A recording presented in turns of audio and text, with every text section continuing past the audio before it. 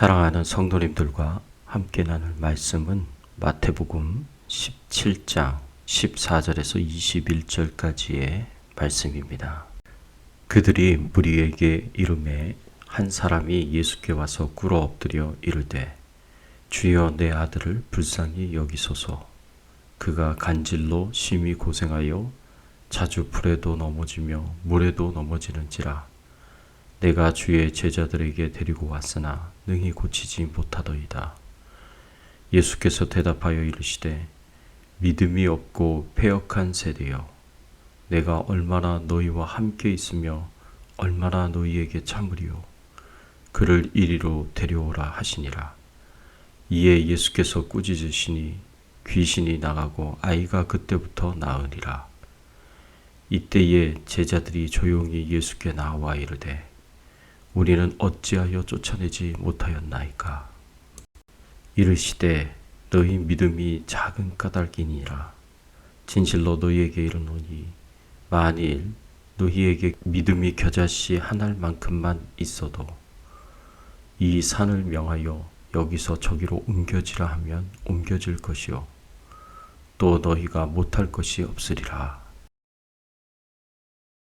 오늘 말씀을 통해서 우리가 생각해 봐야 할 주제는 우리가 우리 힘으로 아무것도 할 수 없는 일을 만났을 때 어떻게 해야 하는가입니다.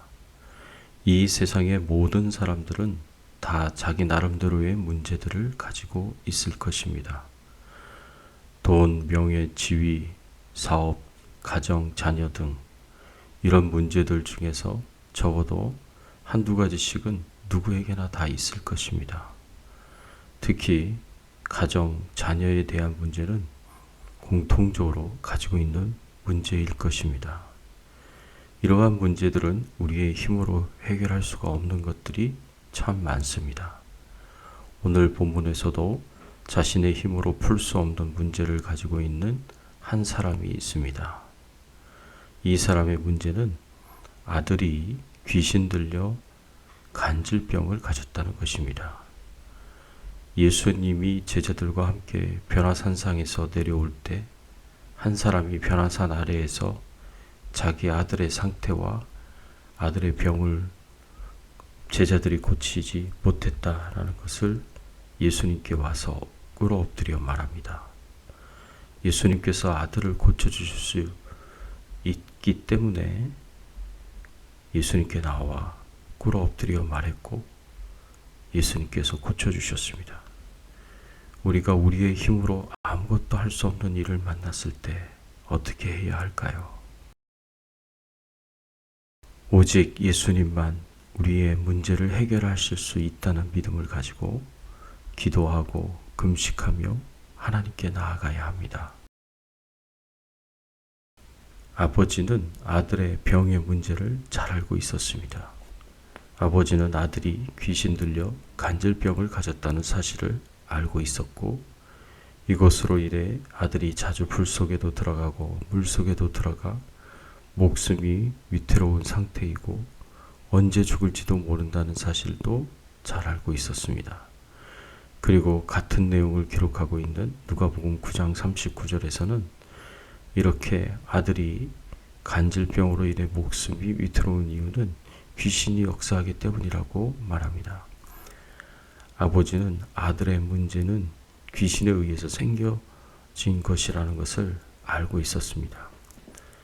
아버지는 자식의 고통스러워하는 모습을 항상 안타깝게 생각하였을 것이고 이것을 위해서 할 수 있는 모든 노력을 다 기울였을 것입니다. 아들의 병을 고치려고 수많은 의원을 찾아다녔을 것이고 수많은 약을 사용했을 것입니다. 그러나 그 아버지의 간절한 바람과는 달리 아들의 병은 고칠 수 없었습니다. 절망 가운데 있었던 아버지는 예수님과 제자들이 병을 고치며 귀신을 쫓아낸다는 소문을 들었을 것이고 아들의 병을 고칠 수 있다는 희망을 가지고 제자들을 찾아서 아들의 치료를 부탁하였지만 제자들은 치료하지 못했습니다. 이제는 마지막으로 아버지는 예수님의 치료의 희망을 품고 예수님을 기다리고 있었습니다.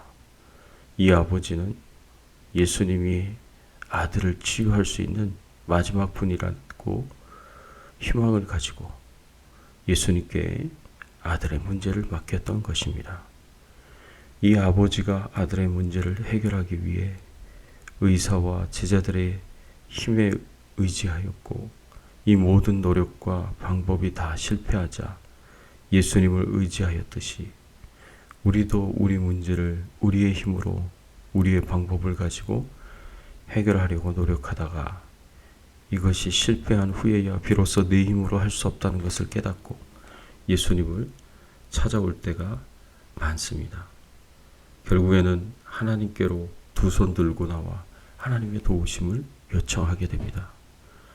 아버지는 아들의 치료를 예수님께 아주 간절하게 구했습니다. 아버지의 간절한 모습을 우리는 14절에 볼 수 있습니다. 그들이 무리에게 이르매 한 사람이 예수께 와서 꿇어 엎드려 이르되, 이 말씀에서 아버지의 행동을 보면 예수님께 찾아와서 예수님께 꿇어 엎드리고 예수님께 자신의 문제를 고합니다. 아버지는 아들의 병을 치유할 수 있는 유일한 소망으로 예수님을 의지하였을 뿐 아니라 자신이 할 수 있는 최대의 경외의 표현으로 예수님 앞에서 무릎을 꿇고 엎드려 자신의 문제를 해결해 달라고 요청한 것입니다.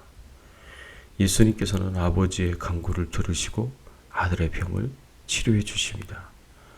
예수님께서는 아버지의 그 간절한 간구와 예수님이 아니면 아무 소망이 없다고 생각하고 철저하게 예수님의 능력을 의지하였던 그 믿음을 보시고 귀신을 내어 쫓아 아들을 치료하여 주십니다.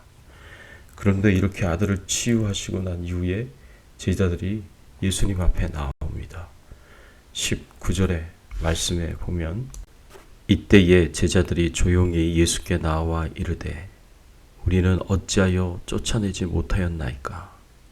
사실 제자들은 마태복음 10장에서 예수님의 파송을 받아서 2명씩 짝지어서 복음을 전했습니다. 이때에 돌아다니면서 복음을 전하고 병자들을 치유하고 귀신을 내어 쫓았습니다. 그런데 이때에는 분명히 병자들을 치유하고 귀신을 내어 쫓았는데 어떻게 이번에는 귀신 들려 간질병이 걸린 이 아들을 치유하지 못했을까요? 이 부분에 예수님의 대답은 20절에 나와 있습니다. 이르시되 너희 믿음이 작은 까닭이니라. 진실로 너희에게 이르노니 만일 너희에게 믿음의 겨자씨 한 알만큼만 있어도 이 산을 명하여 여기서 저기로 옮겨지리라 하면 옮겨질 것이요 또 너희가 못할 것이 없으리라. 제자들의 믿음이 작은 까닭에 이런 역사를 일으키지 못했다고 합니다. 믿음만 있으면 못할 것이 없다고 말씀하십니다. 심지어는 겨자씨만한 믿음만 있어도 산을 명하여 옮길 수 있다고 말씀하십니다. 그리고 또 다른 이유를 말씀하셨습니다. 21절에 보면 예수님이 어떻게 대답하셨습니까? 21절에 보면 없음이라고 나와 있습니다. 그런데 없음이라는 곳 앞에 조그마한 글씨로 이라고 쓴 것이 보입니다. 그러면 이 2번을 찾아서 성경 밑으로 가보면 어떤 글이 쓰여져 있습니까? 기도와 금식이 아니면 이런 유가 나가지 아니하니라. 이렇게 기록되어 있습니다. 성경을 기록한 사본들 중에 어떤 사본에는 이것이 없지만 어떤 사본에는 이런 말씀이 기록되어 있다는 뜻입니다. 우리가 신뢰할 만한 사본에 쓰여진 글이 바로 기도와 금식이 아니면 이런 유가 나가지 아니하느니라는 말씀입니다. 즉 귀신이 쫓겨나가고 질병이 치유되기 위해서는 반드시 기도와 금식이 있어야 한다는 뜻입니다. 사랑하는 성도 여러분, 우리의 힘으로 할 수 없는 일이 있습니까? 우리는 할 수 없지만 하나님은 하실 수 있다는 믿음을 가지십시오. 그리고 하나님 앞에 나와 금식하며 기도하십시오. 그러면 예수님께서 귀신을 내어 쫓으시고 간증병을 치유해 주셨듯이 우리의 삶 속에서 문제들 가운데 하나님의 기적의 역사가 일어날 것입니다. 이것을 믿으시기 바랍니다. 함께 기도하겠습니다. 하나님 아버지 감사합니다. 오늘도 저희들에게 귀한 교훈의 말씀을 주셔서 감사합니다. 우리 힘으로 아무것도 할 수 없는 일을 만났을 때 오직 예수님만 우리의 문제를 해결하실 수 있다는 믿음을 가지고 기도하고 금식하며 하나님께 나아갈 수 있도록 저희들의 믿음과 신앙을 인도하여 주시옵소서. 그래서 하나님의 능력으로 치유함을 얻을 수 있도록 우리의 문제가 해결이 되도록 하나님 축복해 주시옵소서. 오늘 하루도 주님과 동행하며 하나님의 나라와 영광을 위해 살 수 있도록 인도해 주시기를 간절히 바라옵고 소원할 때 우리의 왕 되시고 주인 되신 예수 그리스도의 이름으로 간절히 기도드리옵나이다. 아멘.